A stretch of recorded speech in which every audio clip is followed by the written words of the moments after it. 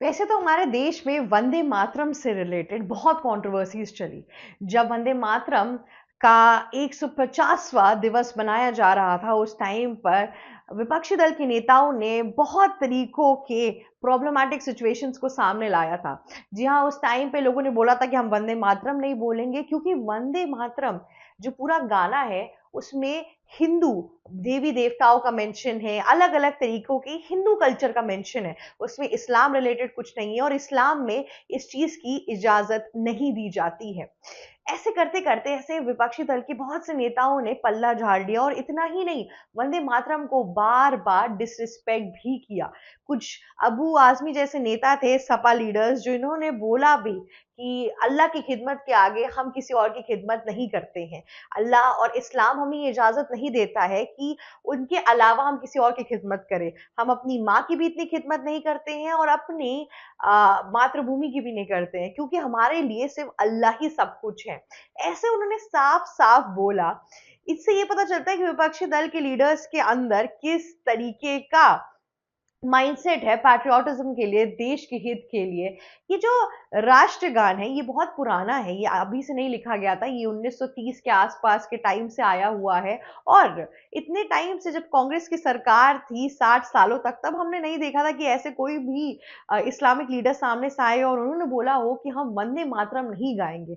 जब 1947 में इंडिया जब आजाद हुआ था, उस टाइम पर भी वहां पे ऐसा तो था नहीं कि उस कैबिनेट के अंदर जो लोग बैठ के ये सब चीजें बना रहे थे उसमें मुस्लिम नहीं थे। उसमें भी थे, लेकिन उन लोगों ने तब भी कुछ नहीं बोला था, क्योंकि देश का हित सबसे ऊपर देखा जाता था। पर इस टाइम पर अगर आप देखेंगे, विपक्षी दल के नेता रिलीजन को इस तरीके से लाने लगे हैं कि ऐसा लगने लगा है कि इनको सिर्फ सत्ता में आने से मतलब है और अपना रिलीजन बचाने से मतलब है।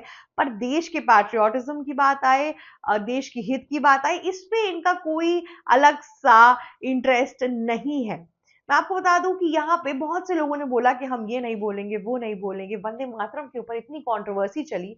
इतना ही नहीं, AIMIM जो ओवैसी की पार्टी है, उनके चीफ ने मंदाना ने, इतने लोगों ने साफ साफ सामने सामने बोला कि हमें वंदे मातरम नहीं बोलना है, क्योंकि ये हमारे रिलीजन के खिलाफ है। उसके बावजूद भी इस टाइम पे इनके खिलाफ कोई अरेस्ट वारंट नहीं आया, कोई चीजें नहीं आई, ना ही कुछ हुआ। अब यही सेम चीज अगर आप कांग्रेस के जो रूलिंग स्टेट है उस पर देख लेंगे तो आपको पता चल जाएगा।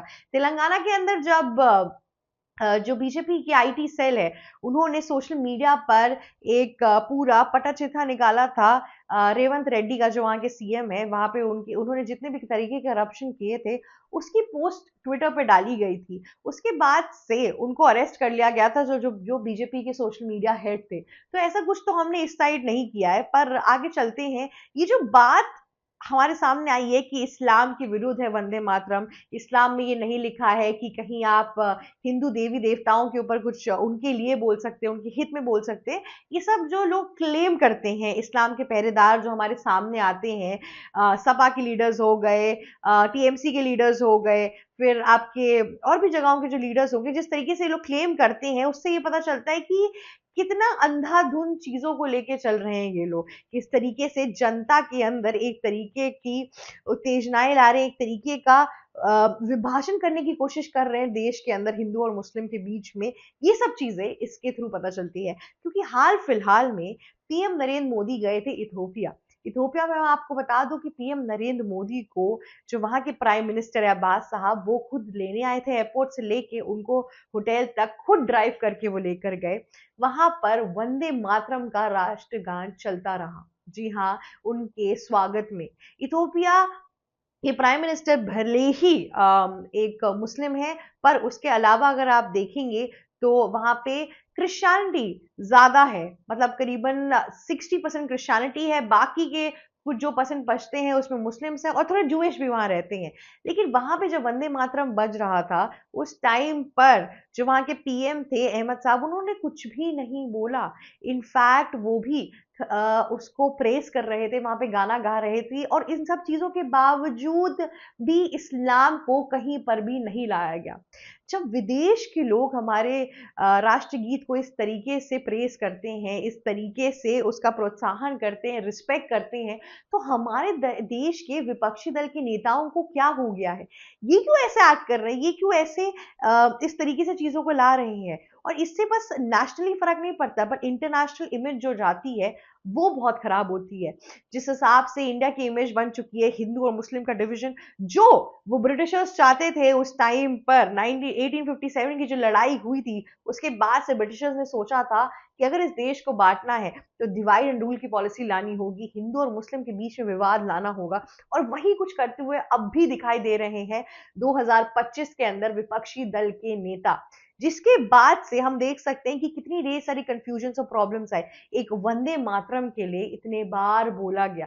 दूसरी तरफ हमारे पास लीडर्स थी टीएमसी के ममता बनर्जी जैसी, जिन्होंने इस चीज को अपने लिए इस्तेमाल किया। जी हाँ, इसके पहले उन्होंने हिंदुओं की हित किया, ऐसी कोई बात नहीं की, बट वंदे मातरम के टाइम पे सीधे आ गई कि जो वंदे मातरम नहीं बोलेगा वो कटेगा। और उसके बाद से एक क्लू सामने आया कि वो हिंदुओं का वोट चाहती थी, इसलिए वो ये सब कुछ कर रही थी। तो आप देख रहे हैं हमारे देश की स्थिति किस तरफ जा रही है, किस तरफ हमारे विपक्षी दल के नेता इस इंडिया के पॉलिटिकल इकोसिस्टम को लेकर जा रहे हैं, किस तरीके से राष्ट्रगीत के ऊपर इतने सवाल उठ रहे हैं, किस तरीके से रिलीजन को नेशन के ऊपर रखा जा रहा है, किस तरीके से बीजेपी को जिस हिसाब से क्लेम किया जाता है, फ्रेम किया जाता है रिलीजन के बारे में, कम्युनल राइट्स के बारे में, इतनी सब चीजों के बारे में कि बीजेपी के आने के बाद से कम्युनल हार्मनी नहीं है, ये सब कुछ नहीं है। तो ये मुस्लिम दल के नेता क्या कर रहे हैं?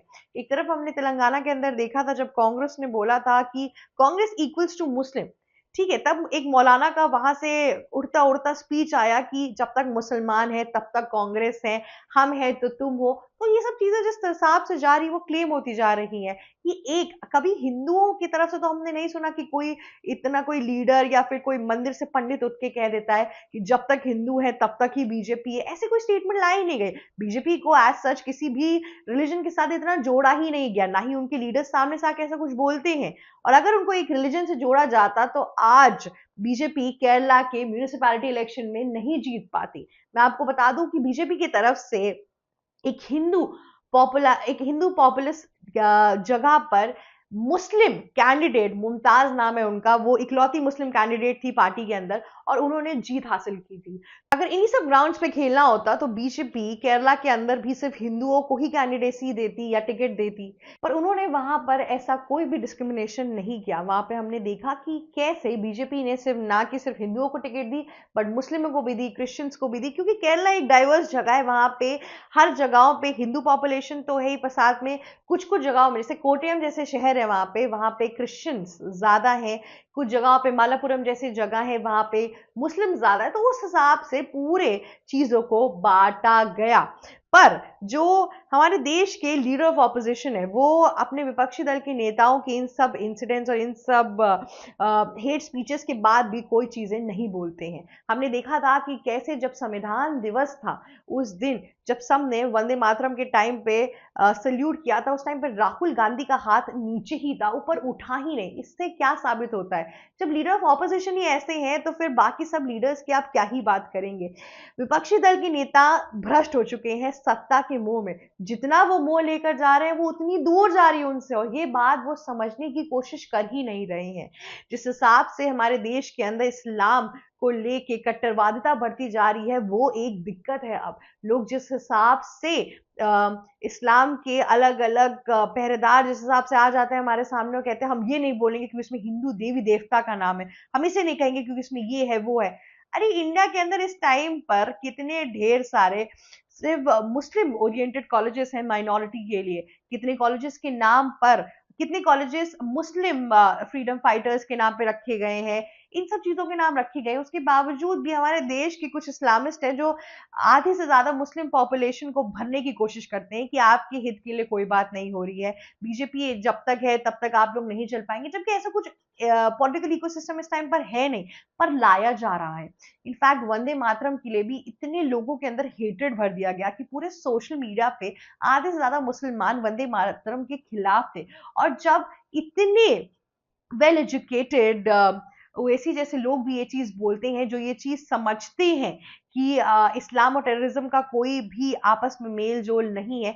जब ऐसे लोग भी वंदे मातरम को ऊपर नहीं रखते हैं और इस्लाम को और अल्लाह की बातों को ऊपर रखते हैं, तब मुझे ताज्जुब होने लगता है कि ये सब कुछ किस तरफ जा रहा है। हमारा देश का जो फ्यूचर है, जो यूथ है, वो किस चीज़ों से इंस्पायर हो रहा है, इन्फ्लुएंस हो रहा है, और ये सारे नेता जो बोल रहे हैं, इनसे जो लोग इन्फ्लुएंस हो रहे हैं, वो कितने कट्टरवादिता की तरफ बढ़ रहे हैं। इस चीज़ को रोकना होगा।